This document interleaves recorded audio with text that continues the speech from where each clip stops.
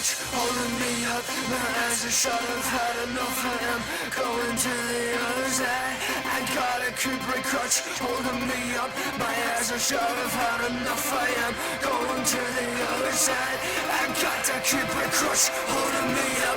My eyes are shut, I've had enough. I am going to the other side. I got a Cooper crutch holding me up. My eyes are shut, I've had enough. I am going to the other side. I got a Cooper crutch holding me up. My eyes are shut, I've had enough. I am going to the other side. I got a Cooper crutch holding me up. My eyes are shut, I've had enough. I am going to the other side. I got a Cooper crutch holding me up. My eyes are shut, I've had enough.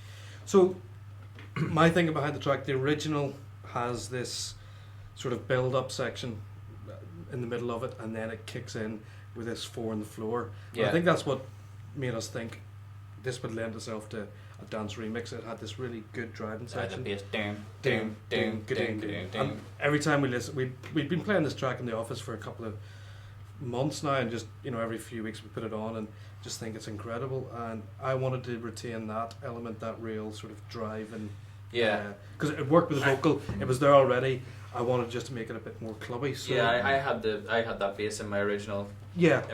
track. And actually, I was surprised when it soloed the bass from the original track. It's really funky. It's like Yeah. a dun, dun, dun. It doesn't sound funky in the track.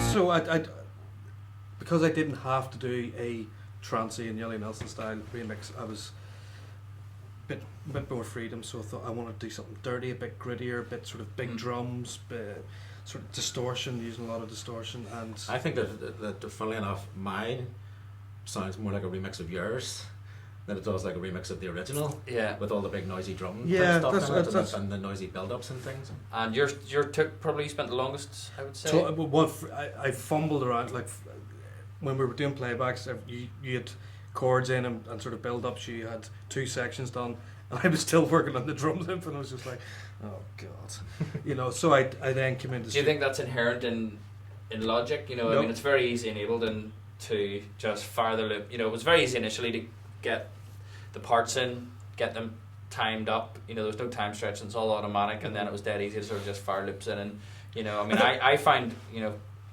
Ableton compared to Cubase or Logic. Even when we came in and we were working through some of the Logic stuff, I just thought this is so much more difficult. Small things like looping up something, or all these things seem Totally. to take a lot longer than. I think with Ableton you can quickly get ideas down. I think then taking them further is difficult compared to Logic. And yeah, you with Ableton you can quickly get loops going. Logic, there is a bit of more jiggery pokery and getting sort of things timed, putting on flex. Like I'd worked a bit on the flex time and getting loops in, and had a bit of actually some technical issues with flex time that it was giving me warning messages, and I had to go through, and again I was on the internet trying to find the codes and whatever.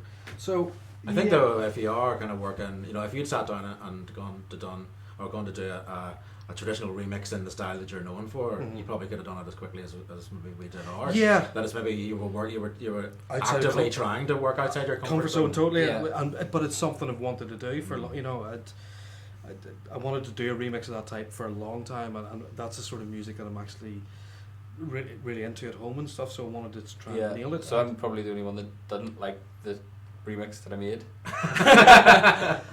I like. I mean, I'd love to spend another. I'm not a fast producer. I'm not one of these.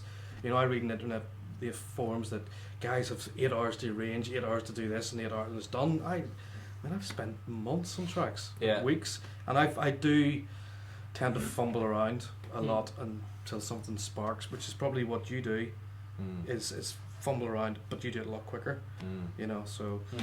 I found it a really interesting. What I suppose none of us have ever done is remix a track in a room with other remixers. Yeah. And that was to me that was a really interesting day.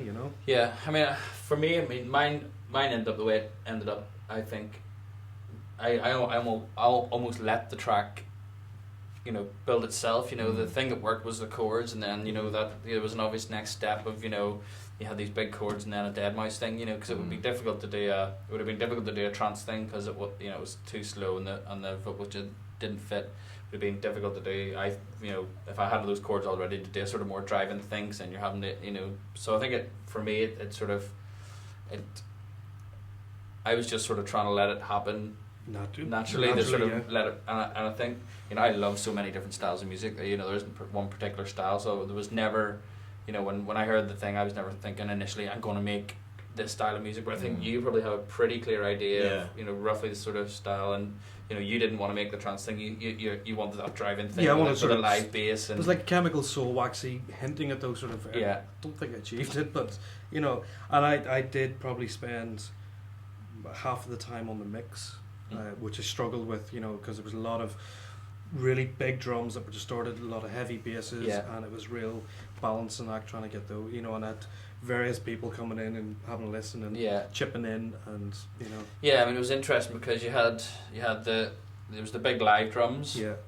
There was the big kick, and then you wanted a big bass on, and it was, you know, there's these competing elements, and every time you came into the room, one of them was standing out more than the other, and then it was like, well, but I've, you know, I've got the basses up now, but I've lost the sort of, you know, the big drums and stuff, so you know, and it was, you know, Chris was cutting holes basically with EQ to try and leave spaces, and it just took all the sculpture, almost like EQ sculpture, to try and get all these elements to fit in. And then we had big issues with compression, that it was, everything just became really sucky and stuff, so I had to just go and rebalance everything and try and just tame it all down.